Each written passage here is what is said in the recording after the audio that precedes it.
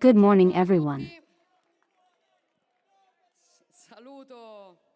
I greet His Eminence Cardinal our time, Cardinal Simoni. I remember that San Francesco also taught respect in listening, respect in understanding each other, respect in understanding the reasons of others. I greet Monsignor Sorrentino, I greet Monsignor Sabati, among Travarelli, Ministers General and Provincial of the Franciscan families, the custodian of the Holy Convent of Assisi, among Marco Moroni, President Proietti, President Marsilio, Mayor Stepini, Mayor Biondi, all the mayors, the authorities present, the many people I see in this square.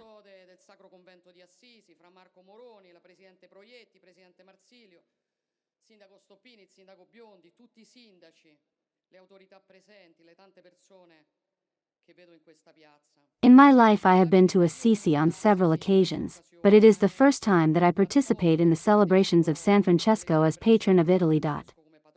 It is certainly an honor for me, but above all a great emotion, because I know how much this memory is rooted in the heart of the Italian people. A strong, authentic, visceral devotion, which is clearly read on the faces of the many people, of the faithful who are here today, which is solemn in the confluence raised in this square, which shines in the light of the votive lamp that was lit just a while ago in Basilica, which burns thanks to the oil donated by Abruzzo in the name of all the municipalities of Italy.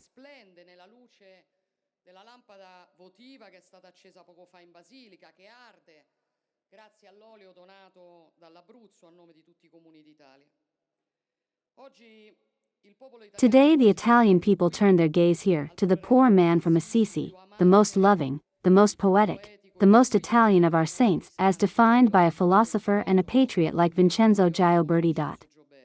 Because San Francesco is one of the founding figures of Italian identity, perhaps the main one. He wrote the oldest poetic text of our literature, the Cantico del Creature, and those verses paved the way that led Dante, Petrarca, Boccaccio, who made our language great and known all over the world, a cultural mission that still reveals its power, its uniqueness.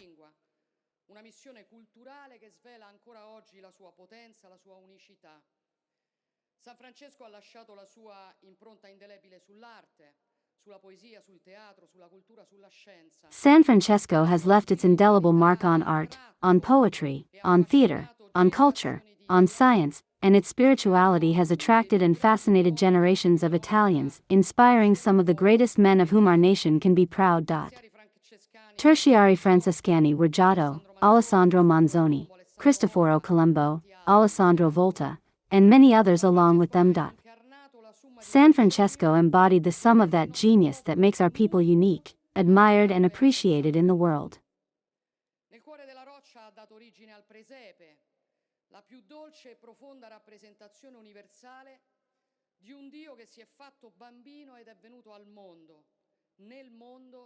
In the heart of the rock it gave rise to the Precepe, the sweetest and deepest universal representation of a God who became a child and came into the world, to teach men what men had not known before him, forgiveness, even love for the enemy. However, San Francesco was not a dreamy finder, but a man of action, quick almost to be hasty in the tasks he undertook or in the commitments he undertook. He did not love compromises, half-truths, undercovers.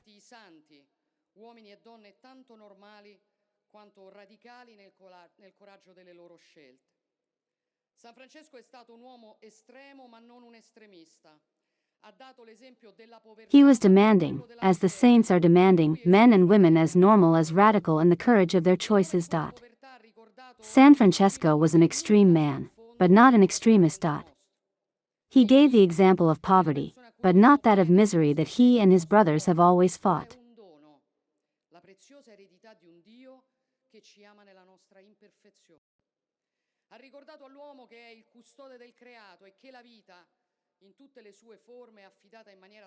And in the name of that poverty he reminded all of us that nothing in the end is truly ours. In the children, in the people we love, in our goods or our body, everything is a gift, the precious legacy of a God who loves us in our imperfection. He reminded man that he is the guardian of creation and that life in all its forms is entrusted in a special way to the responsibility and care of men. Because, as Pope Leo has recently reminded us, We are nothing more than the premium administrators of that house, so that no one irresponsibly destroys the natural goods that speak of the goodness and beauty of the Creator, let alone submit to them as a slave or worshipper of nature. In the letter to the leaders of the peoples, San Francesco exhorts those in government responsibility not to measure themselves only with consensus, but to take into account the very operation of the greatest horizon of meaning. It is an invitation that shakes and worries, that does not give political indications, but disarmato di tutto, tranne che della sua fede e della sua mitezza, non esitò a mettere in discussione la sua stessa vita pur di incontrare il sultano e promuovere con lui quel dialogo nella verità e nel rispetto agitates the hearts and does not leave indifferent. un modello. Perché San Francesco ci insegna che si deve tentare di parlare con tutti, anche con chi può sembrare un avversario o addirittura un nemico. San Francesco has been a man of peace, of dialogue, of confrontation. He has aroused peace within and outside the borders of Assisi, bringing his message where no one else had dared. Disarmed of everything except his faith and his amity, he did not hesitate to question his own life in order to meet the Sultan and to promote with him that dialogue in truth and mutual respect that still today represents a model. Because San Francesco teaches us that we must try to talk to everyone, even with those who may seem an adversary or even an enemy. Where dialogue ends and the patience of the relationship with those who are different, do not like or do not think like you, is where the seed of violence and the virus of war germinates. A very current message today. La pace, il dialogo, la diplomazia sembrano non riuscire più a convincere e a vincere e l'uso della forza prevale in troppe occasioni, sostituendosi alla forza del diritto. San Francesco has lived tormented times, as tormented are ours. The Third World War, fought in pieces, evoked by Pope Francis, is consuming itself in a frightening way.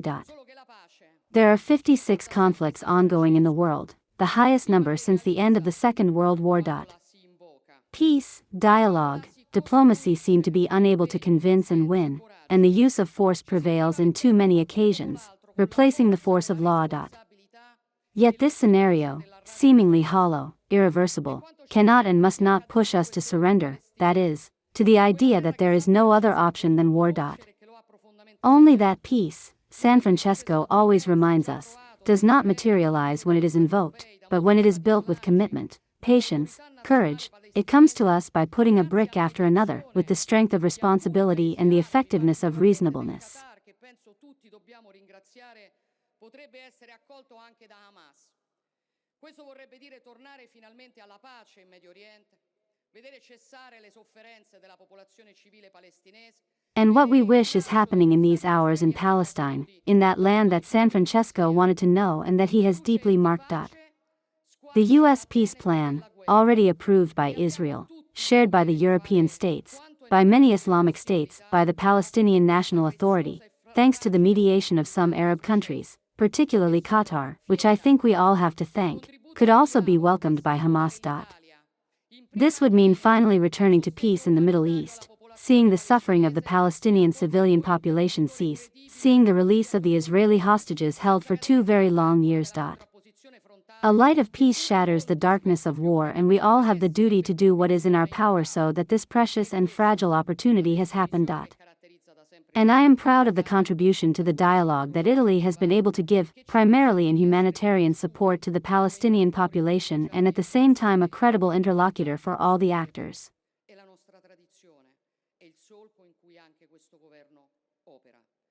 San Francesco è stato un ponte tra Occidente e Oriente, un uomo che facendosi piccolo ha richiamato tutti alla vera grandezza. Involved, without falling into the trap of the frontal counterposition that many, often more than for interest than for conviction, invoked. This is the vision that has always characterized the identity of Italy, its action on the global stage, and that allows us to be recognized as privileged interlocutors and builders of peace, humanity, solidarity. It is our tradition and the ground on which this government also operates. San Francesco has been a bridge between the West and the East, a man who, being so small, has recalled everyone to their true greatness.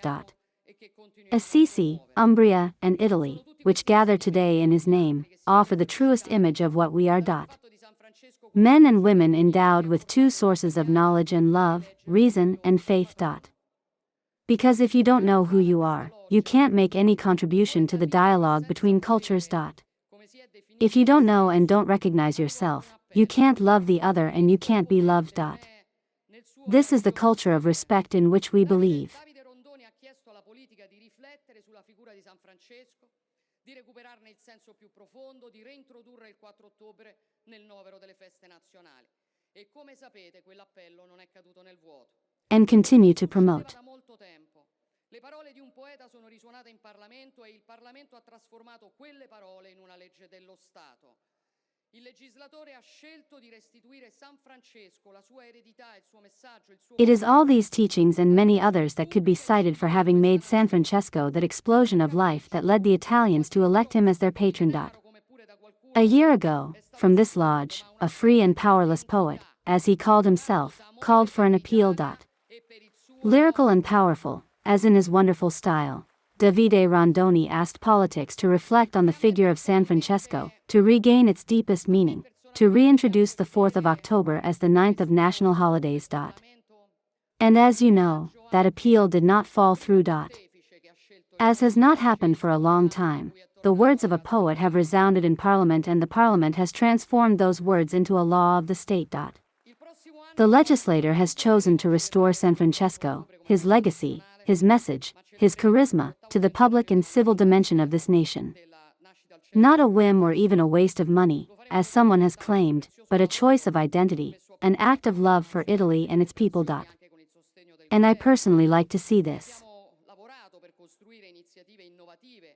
Capaci di lasciare segni stabili nel tempo. Penso su tutti al progetto di digitalizzazione della biblioteca del Sacro Convento, all'intitolazione a San Francesco. Vote of the Parliament as a tribute also to the first pontiff who chose the name Francesco in the year in which he returned to his father's house. Nell'ambito del piano Mattei, fino al coinvolgimento della rete degli istituti di cultura all'estero per far conoscere ancora di più il nostro santo nel mondo. Cari amici, next year we will not only celebrate the 4th of October as a national holiday, but we will also celebrate the 8th centenary of the birth of the poor D.